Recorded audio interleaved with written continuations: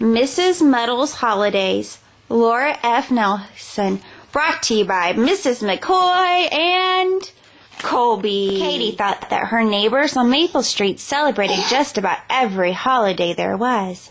They exchanged Valentines in February, hung out flags in July, and carved pumpkins in October. No. Oops. Die. Many of them celebrated Ramadan, Rosh Hashanah, or Christmas. A few of them even celebrated Patriots' Day, Arbor Day, and Pioneer Day. Then one March, just at the beginning of spring, Miss Muddle moved into the little house at the end of the street. The very next day, Katie saw Miss Muddle out on her front yard, hanging bits of colored yarn on the trees and bushes. "What are you doing?" asked Katie. "It's first Robin Day," Miss Muddle answered. "What's that?" Katie asked. "Today I saw the first robin of spring," Miss Muddle explained, "so I'm welcoming the robins back. The yarn is for their nest. Yes. Then I'll make my famous peanut butter and bird seed cookies. Birds love them." Yeah. "May I help?" Katie asked. "Please do," Miss Muddle said. Yeah.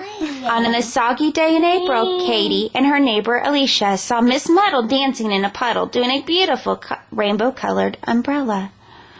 "What are you doing?" Alicia asked. "It's the first shower of April," said Miss Muddle said. "I love April showers. I just finished dancing the water waltz. Now I'm going to do the puddle plop. Would you like to get your umbrellas and join me?" "We'd love to," said Katie and Alicia. God. On the first Saturday in May, Katie and her friends noticed Miss Muddle digging in her garden. "It's Earthworm Appreciation Day," Mrs. Muddle announced. "I'm finding worms to compete in my Earthworm Olympics." "Can we enter too?" begged Katie, Alicia, Tony, and Hassan. "Of course," said Mrs. Muddle, "but you have to find your own worms in your own gardens." By noon, all the gardens on Maple Street were dug up, ready for planting. The kids spent the rest of the day determining which worms were the longest, the fattest, the best tunnel diggers, and the most creative spellers. One of Miss Muddle's worms won the Earthworm Derby. On June 21st, Miss Muddle was running through her sprinkler in a purple and orange polka dot bathing suit. "What are you doing?" asked Katie, Alicia, Tony, Hassan, and Rosa. "It's the first day of summer," Mrs. Muddle explained. "I always run through the sprinkler on the first day of summer, but it's more fun with friends. Come and join me." In July, Miss Muddle threw her annual watermelon bash. "What do we do?" asked Katie, Alicia, Tony, Hassan, Rosa, Jim, and Jimmy. "See these watermelons? We need to carve faces on them," Mrs. Muddle explained. "This year, I want them to make them look like my favorite movie stars." "We can do that," Katie said. "Is there any other way we can help?" "Of course," Miss Muddle said. "After we carve those faces, we need to eat all of this watermelon." No. In August, the kids on Maple Street helped Miss Muddle peel, mince, slice, dry, fry, bake, and pickle garlic for her annual Garlic Jubilee. On September 17th, they held a parade to commemorate the birthday of the inventor of the roller skate and Mrs. McCoy's birthday. In October, the kids helped Mrs. Muddle celebrate the first fire of fall. In November, they raked all the leaves in the neighborhood looking for the presents of the leaf fairy had hidden. In December, they celebrated the first snow. And in January, they held an ice spectacular. And in February, the whole neighborhood joined Mrs. Muddle in celebrating Let's Pretend It's Summer Day.